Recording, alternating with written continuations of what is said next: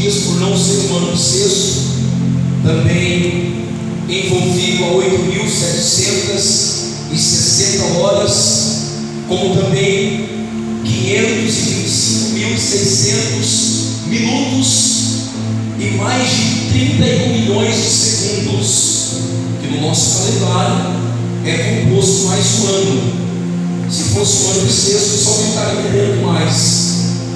E eu abro a introdução da minha fala nesta noite.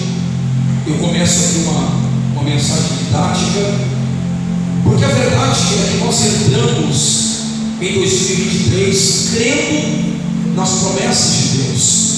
Não que os anos que se passaram nós não criamos, não é isso. Mas a verdade é que nós passamos um período 2022, 2021, 2020. Acredito que talvez uma das piores fases da vida do ser humano nesses últimos 100 anos, visto que passamos aquela etapa, não sei se eu disse isso na oportunidade que eu estive aqui quando nós ministramos a palavra de Deus, mas passamos a fase do Covid, aquela tensão onde todo o planeta foi pego de surpresa, e entramos aqui em 2023, visto que você está numa campanha, e eu preciso que você entenda algumas verdades para que de fato aconteça a proposta que Deus tem para esse ano. Isso aqui não é numerologia, como Deus colocou no coração do apóstolo, ou até mesmo de algumas outras igrejas que pregamos, aonde a proposta era um ano de uma grande colheita, um ano de fartura, um ano de prosperidade, um ano de resultado. Isso aqui não é conversa do pastor, ou do apóstolo, ou de uma liderança, para poder te fazer um prisioneiro de igreja. Não.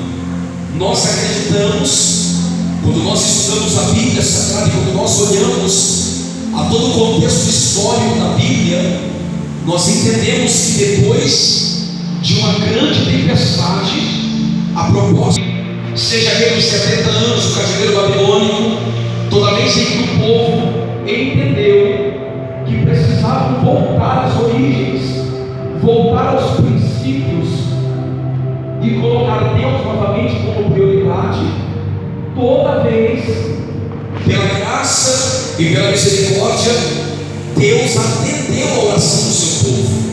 E Deus então, ao atender a oração do seu povo, Deus, Ele mudou aquela fase, mudou aquele estágio de lutas e batalhas que até então eles estavam enfrentando.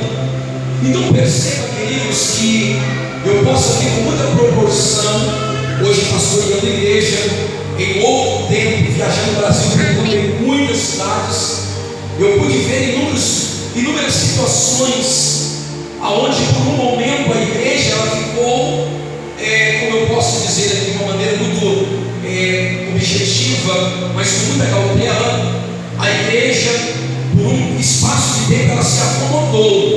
Eu não digo aqui apenas em Califórnia, eu digo a igreja do Senhor, estabelecida na terra, e propriamente dito por onde nós passamos.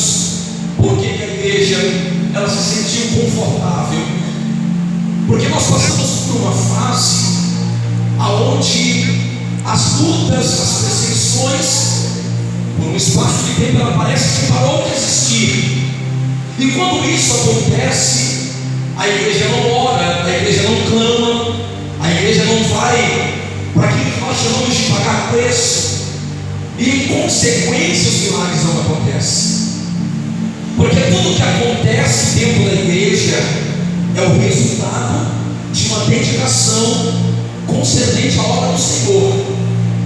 Quando o Evangelho está sendo propagado, quando a obra de Deus está sendo estabelecida e vidas estão se rendendo aos pés do Senhor, entenda que a proposta de Deus nunca foi, a princípio, fazer alguma coisa de benefício para as pessoas. A proposta não foi essa.